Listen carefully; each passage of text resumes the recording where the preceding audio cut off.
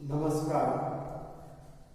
આપણે નામાના મૂળ તત્વો ધોરણ 12 માં પ્રકરણ નંબર 13 મૂડીના હિસાબો એમાં સ્વાધ્યાયનો દાખલા નંબર 6 ઉપર અભ્યાસ કરીએ છીએ. સ્વાધ્યાયનો દાખલો નંબર 6 ટેક્સ્ટ બુકમાં રકમ આ પ્રમાણે છે એટલે ટેક્સ્ટ બુક સાથે રાખવી તમારે. હિંમતનગરની મેવાડા લિમિટેડની સત્તાવાર થાપણ ₹10 નો એક એવા 4 લાખ ઇક્વિટી શેરમાં વેચાયેલી છે. સત્તાવાર થાપણ એટલે કંપનીના મેમોરેન્ડમ ઓફ એસોસિએશનમાં નોંધાયેલી મૂડી. એથી વધુ મૂડીના શેર કંપની બહાર પાડી શકતી નથી. કંપનીએ તેમાંથી 3 લાખ ઇક્વિટી શેર બહાર પાડ્યા. 3 લાખ ઇક્વિટી શેર બહાર પાડ્યા તો કંપનીને 3 લાખ ઇક્વિટી શેર માટે અરજી મળે અથવા એના કરતા ઓછી મળે અથવા એના કરતા વધુ મળે. તો એ પદ્ધતિ આપણે જોવાની છે. શેર દીઠ રકમ નીચે મુજબ મંગાવવામાં આવી. અરજી વખતે ₹4, મંજૂરી વખતે ₹3, આખરી હપ્તા વખતે ₹3. કંપનીને 3,60,000 શેર માટે અરજીઓ મળી. વધારાની અરજીઓ નામંજૂર કરી અરજદારોને નાણાં પરત કર્યા. હવે છેલ્લી પેરેગ્રાફની લાઈન બરાબર જોવાની. એક શેર હોલ્ડર આશાએ ધારણ કરેલા 2,000 ઇક્વિટી શેર પર આખરી હપ્તાની રકમ સિવાય બધા શેર પર મંજૂરીને આખરી હપ્તાની રકમ મળી ગઈ. આશા નામની શેર હોલ્ડર છે એના 2,000 શેર પર આખરી હપ્તો મળતો નથી. આખરી હપ્તો ₹3 છે. પેરેગ્રાફ કંપનીના ચોપડે ઉપરના વ્યવહારોની આમનોંધ પસાર કરો અને ઇક્વિટી શેર મૂડી ખાતું, ઇક્વિટી શેર અરજી ખાતું, ઇક્વિટી શેર મંજૂરી ખાતું અને ઇક્વિટી શેર હપ્તા ખાતું પણ તૈયાર કરો. હવે આપણે જોઈએ 3 લાખ ઇક્વિટી શેર બહાર પાડ્યા. કંપનીને 3,60,000 માટે અરજી મળે. તો આ લાઈન ઉપરથી આપણે સ્પષ્ટ થાય છે કે 60,000 વધારાની અરજી મળે છે. 60,000 શેર માટે વધારાની અરજી મળે છે જે આપણે પરત કરવાની રહેશે. હવે આપણે આમનોંધનો ચાર્ટ જોયેલો એ પ્રમાણે આગળ વધવાનું છે. એડીમાં તમારે જવાબ લખવાનું મેવાડા લિમિટેડના ચોપડે આમનોંધનું ફોર્મેટ જેમ 11મીમાં આવતું હતું એમ જ તારીખ, વિગત, કાપા, ઉધાર, રૂપિયા જમા. પેલું અરજી વખતે ₹4 મળે છે. સીધા બેંકમાં જાય. બેંક વ્યક્તિ જે લેનાર છે એટલે બેંક ખાતે ઉધાર. 3,60,000 શેર માટે અરજી મળી. ₹4 ગુણાકાર એનો આવશે 14,40,000 બેંક ખાતે ઉધાર. તે ઇક્વિટી શેર અરજી ખાતે 14,40,000 બાબત છે. 3,60,000 શેર પર શેરથી ₹4 લેખે અરજી સમયે રકમ મળી તેમ. તો અરજી વખતે પૈસા મળે એટલે બેંક ખાતે ઉધાર, તે ઇક્વિટી શેર અરજી ખાતે જમા. હવે ઇક્વિટી શેર અરજીની રકમ છે એ મૂડી ખાતે લઈ જવાની. મૂડી ખાતે હંમેશા યાદ રાખજો આપણે જેટલા શેર બહાર પાડ્યા હોય તેટલા શેર અંગેની જ રકમ મૂડી ખાતે લઈ જવાની. વધારાના શેર અરજીના નાણાં તમારે પરત કરવા પડે. તો બીજી નોંધ આવશે ઇક્વિટી શેર અરજી ખાતે ઉધાર 14,40,000 પૂરેપૂરા. અરજી ખાતે જેટલી રકમ જમા હોય એટલી રકમ તમારે ઉધાર કરવી પડે. તે ઇક્વિટી શેર મૂડી ખાતે હમણાં જ મેં તમને કીધું 3 લાખ શેર આપણે બહાર પાડ્યા. તો 3 લાખ શેર ગુણ્યા 4 12 લાખ રૂપિયા મૂડી ખાતે જમા થશે. વધારાના શેરના પૈસા આપણે પરત કરી દેવા પડશે. તો વધારાના શેર છે 60000. 3,60,000 અરજી મળી છે, એમાંથી 3 લાખ આપણે બહાર પડ્યા, તો 3,60,000 માંથી 3 લાખ બાદ કરો તો વધારાના શેર થયા 60,000. એ આપણે ચેકથી પૈસા શેર હોલ્ડરોને પાછા આપવા પડે. નાણાં આપનાર બેંક થાય એટલે બેંક ખાતે જમા થાય. 60,000 ગુણ્યા 4 2,40,000. બાબત જે શેર અરજી સમયે મળેલ રકમ મૂડી ખાતે લઈ ગયા અને વધારાની શેર અરજીના નાણાં પરત કર્યા તેના. તો અરજીની બે નોંધ થઈ. જેટલા મુદ્દા હોય દરેકની બબે નોંધ થશે. મંજૂરીની વાત કરીએ. હવે વધારાની શેર અરજીના નાણાં પરત થઈ ગયા. હવે પછી બધા ટોપિકમાં 3 લાખ શેર જ આવશે. બધા ટોપિકમાં 3 લાખ શેર જ આવશે. 60,000 ના શેરના નાણાં આપણે પરત કરી દીધા છે માટે. તો ત્રીજી નોંધ આવશે ઇક્વિટી શેર મંજૂરી ખાતે ઉધાર. મંજૂરી વખતે તમે 3 રૂપિયા મંગાવો છો, રકમમાં આપણે અભ્યાસ કરેલો એમાં જોયું. તો 3 લાખ ગુણ્યા 3 એટલે 9 લાખ. તે ઇક્વિટી શેર મૂડી ખાતે 9 લાખ. બાબત છે 3 લાખ ઇક્વિટી શેર પર શેરથી રૂપિયા 3 લેખે મંજૂરી સમયે રકમ મંગાવી છે. હવે રકમ તમે મંગાવી છે, હજુ મળી નથી. હવે ચોથી નોંધમાં રકમ મળે એટલે બેંક ખાતે ઉધાર. એ વ્યક્તિ સીધી બેંકમાં મળે. 3 લાખ ગુણ્યા 3 એટલે 9 લાખ. તે ઇક્વિટી શેર મંજૂરી ખાતે 9 લાખ. કોઈ પણ શેર હોલ્ડર મંજૂરીના પૈસા બાકી રાખતો નથી માટે 3 લાખ ગુણ્યા 3 9 લાખ. બાબત જે મંજૂરી સમયે મંગાવેલ રકમ પૂરેપૂરી મળી ગઈ તેને. હવે પાંચમી નોંધ મંજૂરીની વાત કરી હતી. આખરી હપ્તા વખતે આપણે મંગાવીએ છીએ. આખરી હપ્તા તમે વખતે મંગાવો છો.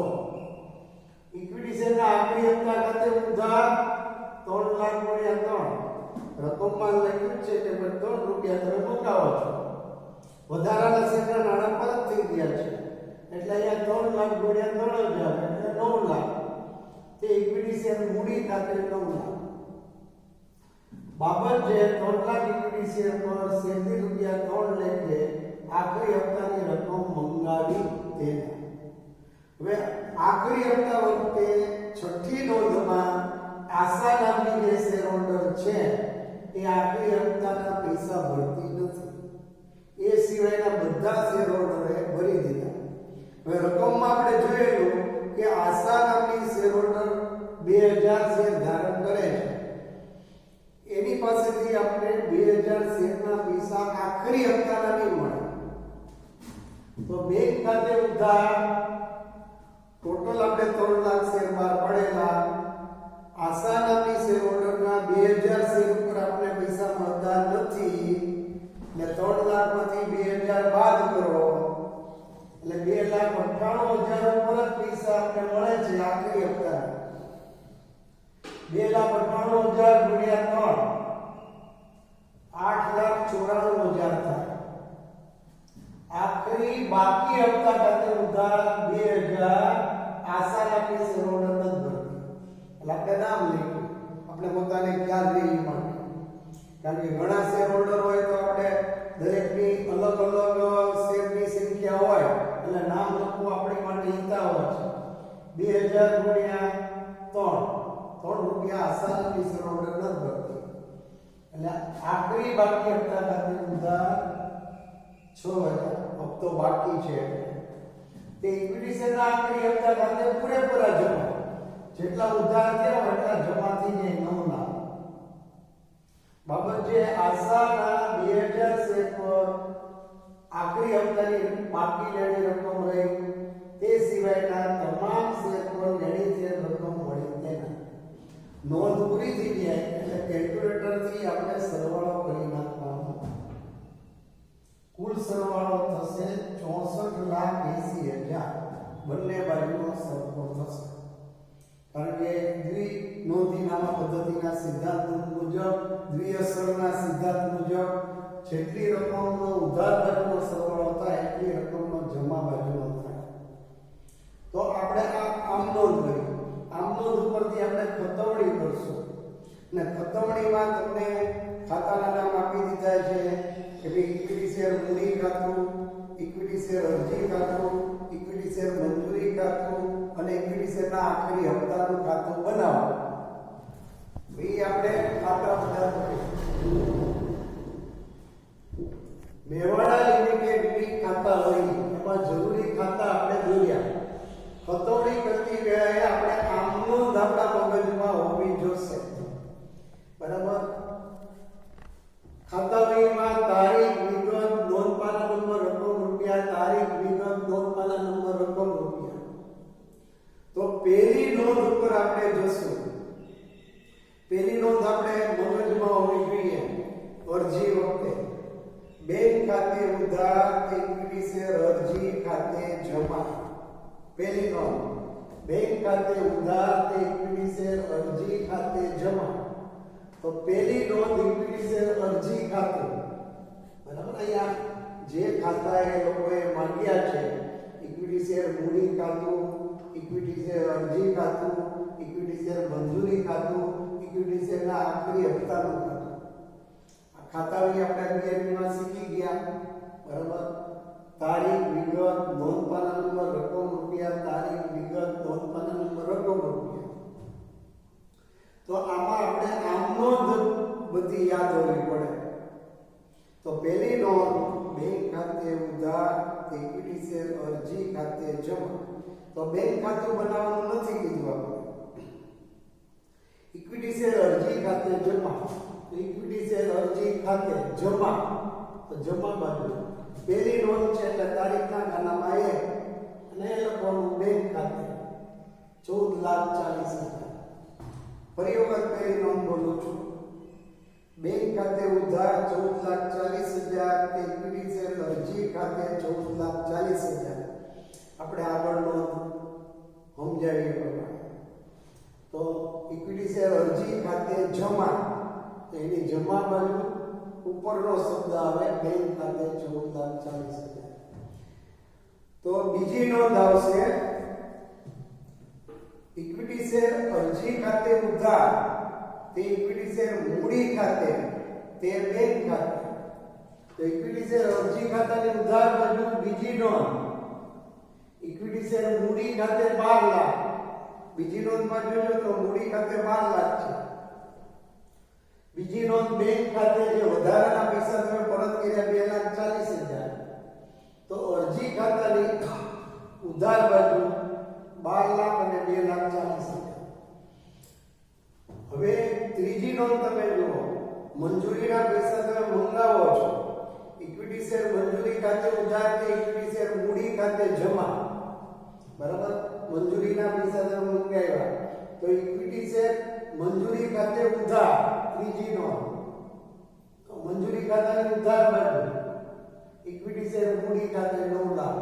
તારીખના ખાનામાં 3, ત્રીજી નોંધ છે. ઇક્વિટી શેર મંજૂરી ખાતે ઉધાર, ઇક્વિટી શેર મૂડી ખાતે. તો અહીંયા ઇક્વિટી શેર મૂડી ખાતાની જમા બાજુ પહેલા બીજી તારીખની અરજીના પૈસા આવશે 12 લાખ, બરાબર. પછી ત્રીજી તારીખના ઇક્વિટી શેર મંજૂરીના 9 લાખ આવશે. હવે પૈસા મળે એની નોંધ. બેંક ખાતે ઉધાર, ઇક્વિટી શેર મંજૂરી ખાતે જમા. તો ઇક્વિટી શેર મંજૂરી ખાતાની જમા બાજુ ચોથી તારીખ બેંક ખાતે 9 લાખ, બરાબર. હવે પાંચમી નોંધ તમે જોઈ, આખરી હપ્તાની રકમ મંગાવો. ઇક્વિટી શેરના આખરી હપ્તાની રકમ મંગાવો છો. ઇક્વિટી શેરના આખરી હપ્તા ખાતે ઉધાર, ઇક્વિટી શેર મૂડી ખાતે જમા. તો આખરી હપ્તા ખાતાની ઉધાર બાજુ પાંચમી નોંધ ઇક્વિટી શેર મૂડી ખાતે 9 લાખ. અને ઇક્વિટી શેર મૂડી ખાતાની જમા બાજુ ઇક્વિટી શેરના આખરી હપ્તા ખાતે 9 લાખ. અને છેલ્લી નોંધ આપણે હમણાં જોઈ, છઠ્ઠી, બેંક ખાતે ઉધાર, ઇક્વિટી શેરના આખરી બાકી હપ્તા ખાતે ઉધાર, તે ઇક્વિટી શેરના આખરી હપ્તા ખાતે જમા. તો ઇક્વિટી શેરના આખરી હપ્તા ખાતાની જમા બાજુ ઉપરના શબ્દ છઠ્ઠી નોંધમાં બેંક ખાતે 8,94,000, છઠ્ઠી નોંધમાં આખરી હપ્તા ખાતે 6,000, બરાબર. અને મૂડી ખાતાની જમા બાજુ ઇક્વિટી શેરના આખરી હપ્તા. હવે તમે સરવાળા કરો અને મૂડી ખાતાની જ બાકી નીકળશે 30 લાખ તારીખ સ્પષ્ટ ન થતી હોય ત્યાં ડેશ બાકી આગળ લઈ ગયા 30 લાખ. બાકી બધા ખાતા અરજી ખાતું, મંજૂરી ખાતું, આખરી હપ્તાનું ખાતું સરભર થશે. સરભર એટલે બંને બાજુનો સરવાળો સરખો થાય એવા ખાતાને સરભર ખાતું કહેવાય. સરભર ખાતાની બાકી નીકળતી નથી. વારી જેવો દાખલો આપણે હોમવર્કમાં આપીશું. દાખલા નંબર 6 જેવો હોમવર્કમાં તમારે પાકા ચોપડામાં કરવાનું છે. આજે કઈ આપણે વસ્તુ થાય છે એ બધું પાકા ચોપડામાં શાંતિથી ઉતારજો અને ભગવાન આગળ પ્રાર્થના કરીએ કે આપણે વહેલાસર રૂબરૂ મળી શકીએ. જે કંઈ પ્રશ્નો તમારે હશે એનું નિરાકરણ આવશે. એટલે તમે એ બાબત ચિંતા રાખતા નહીં. 12મું ધોરણ છે, ઝડપથી મળી શકાય તો આપણે ધારી ટકાવારી મેળવી શકીશું. અત્યારે જાણકારી પ્રમાણે કદાચ 20-25% કોર્સમાં ઘટાડો થાય. હવે જે કંઈ આપણે માહિતી મળે એ પ્રમાણે આપણે આગળ વધશું. પરંતુ ચોપડાઓ બનાવવા, ઘરે શાંતિથી કામ કરવું એ ખાસ ધ્યાન રાખજો. હોમવર્કમાં સ્વાધ્યાય દાખલા નંબર 6 જેવો નર્મદા કંપનીની સત્તાવાર થાપણ ₹10.1 એવા 5 લાખ ઇક્વિટી શેરમાં વેચાયેલ છે. કંપનીએ તેમાંથી 4 લાખ ઇક્વિટી શેર બહાર કાઢ્યા. એટલે વધારાના શેર 1 લાખ થયા. એ મગજમાં રાખજો. એટલે વધારાના શેરના પૈસા પરત કરો. શેરની રકમ નીચે મુજબ નોંધવામાં આવી. અરજી વખતે ₹3, મંજૂરી વખતે ₹3, આખરી હપ્તા વખતે ₹4. કંપનીને 4,50,000 શેર માટે અરજીઓ મળી. 4,50,000 શેર માટે, બરાબર. વધારાની અરજીઓના નાણાં મંજૂર કરી, નામંજૂર કરી, તેના નાણાં પરત મોકલી આપ્યા. હવે 4 લાખ શેર બહાર પડ્યા હતા. અરજીઓ 4,50,000 મળી એટલે વધારાની અરજી, બરાબર, 50,000 થઈ. એક શેર હોલ્ડર એ રામે ધારણ કરેલ 2,500 શેર પર આખરી હપ્તાની રકમ સિવાય બધા શેર પર મંજૂરી અને આખરી હપ્તાની રકમ મળી ગઈ હતી. કંપનીના ચોપડે આમનોંધ લખી શેર મૂડી ખાતું, શેર અરજી ખાતું, શેર મંજૂરી ખાતું, શેર આખરી હપ્તા ખાતું તૈયાર કરો. સ્વાધ્યાયનો દાખલો નંબર 6 આપણે કર્યો એની જેવો જ છે. શાંતિથી ગણજો.